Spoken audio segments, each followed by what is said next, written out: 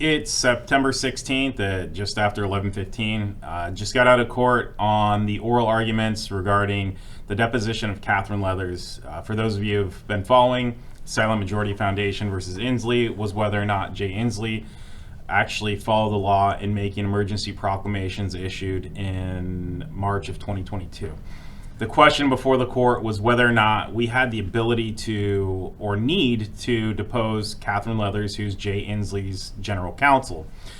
Our position was that because she provided a declaration, which is a sworn statement that was a foundational document in the state's response to our complaint, that we needed to have that deposition. Because when you look at the declaration, she's kind of all over the place, very general. In fact, I'll read a couple of quick excerpts.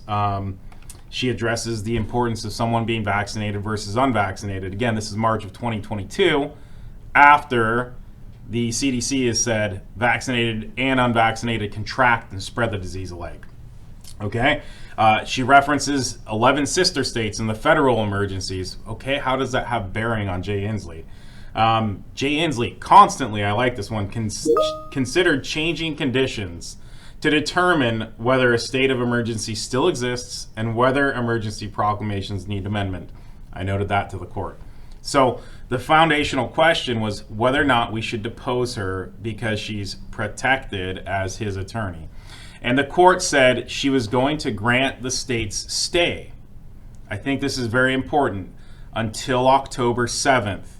Which is when we have a hearing for judgment on the pleadings.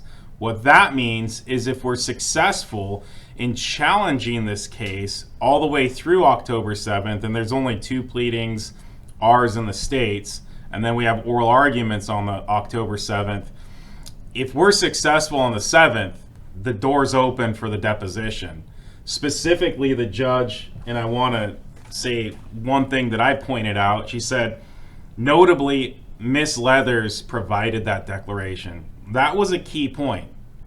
You know, this case is distinguished from several others where someone like Miss Leathers would have been protected because she already provided sworn testimony. And then she said that because of that, that indicates that she has personal knowledge. But fundamentally, the court said she really wants to rule on whether or not the case is still live.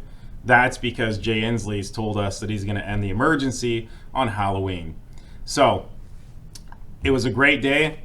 We don't have a deposition right now, but I do believe that as we proceed with this case in 3 weeks, when we're heard again, we'll be successful. The case is going to keep moving forward. We'll depose her. We'll see what she has to say. What is her personal knowledge? Maybe there's none, like many of us suspect. Then we'll know that the Jay Inslee's data and science were, what we expected. Going on social media, so I won't call it what it is. But anyway, hope you all have a great weekend. I know I will. We'll be briefing up this motion, and we're going to be getting ready to depose her in a month, or maybe shortly thereafter. I rock the hat because they're finally in. The I Sued Inslee campaign goes. Keep supporting us. SilentMajorityFoundation.org, SMFJB.org.